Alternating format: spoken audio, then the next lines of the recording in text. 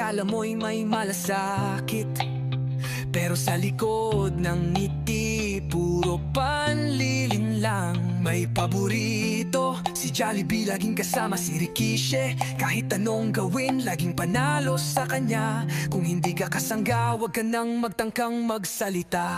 Kahit tama ka, siya'y maghanap ng paraan para ikaw'y mapatawa. Puno ng favoritism, walang professionalism. Sa kanyang mundo, ikaw'y walang karapatan. Oh, what a fair and just place to be, where favoritism reigns and honesty's a plea. Work hard but don't you dare disagree, or you'll see the true face of hypocrisy.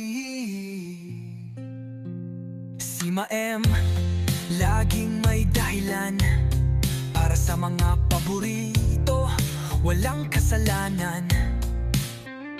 Ang iba, kahit anong gawin, laging mali. Kahit anong effort, hindi siya makikinig, hindi siya makikita.